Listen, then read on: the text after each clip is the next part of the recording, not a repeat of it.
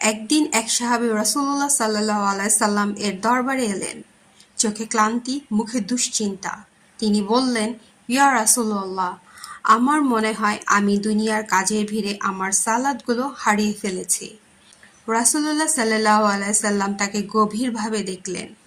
তারপর আল্লাহর এই বাণী তিলাওয়াত করলেন, হাফিজু আলাস সালাওয়াতি ওয়াস সালাতিল উস্তা ওয়া কুমু লিল্লাহি কানিতিন। অর্থ, তোমরা সালাত সমূহের প্রতি যত্নবান হও, বিশেষ করে মধ্যম সালাতের প্রতি, আর আল্লাহর সামনে বিনয় ও একাগ্রতা সহ দাঁড়াও। সূরা আল বাকারা আয়াত 2-3-8। সাহাবী নিশ্চুপ, হৃদয় কেঁপে উঠল এই আয়াত শুনে। মধ্যম সালাত, আসরের সালাত, এটাই তো দিনের ব্যস্ততম সময়, বাণিজ্যের সময়, লেনদেনের সময়। এটাই তো সেই মুহূর্ত যখন মানুষ দুনিয়ায় নিমগ্ন আর শয়তান সবচেয়ে বেশি ধোঁকা দেয়।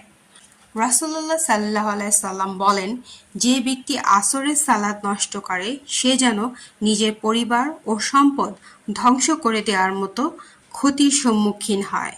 বুখারী 552। এই কথা শুনে সাহাবীর চোখ বেয়ে অশ্রু গড়ায়। সেদিন থেকেই তিনি আর কোনো আসরের সালাত ছেড়ে দেননি, বরং বাজারের সব কাজ বন্ধ করে দিতেন আজান শোনা মাত্রই। লোকেরা বলতো, এই লোকের যেন পুরা জীবনই ঘুরে যায় এই সালাতের ঘূর্ণিতে। আসরের সালাত, এটা কেবল একটা নামাজ নয়, এটা হচ্ছে বান্দা আর প্রভুর মাঝে মধ্যাহ্নের প্রতিশ্রুতি। দুনিয়ার তাড়াহুড়ার মাঝেও রবের ডাকে সাড়া দেওয়ার এ এক অনন্য পরীক্ষা।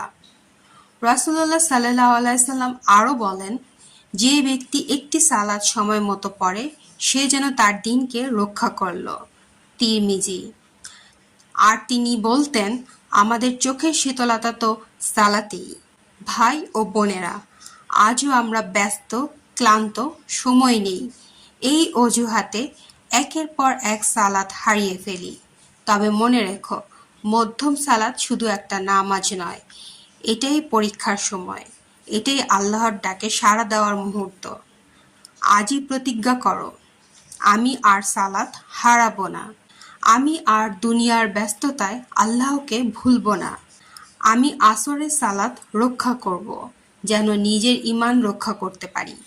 আসো ফিরে যাই সালাতে, যেখানে আছে সাফল্য, শান্তি আর জান্নাতের প্রতিশ্রুতি।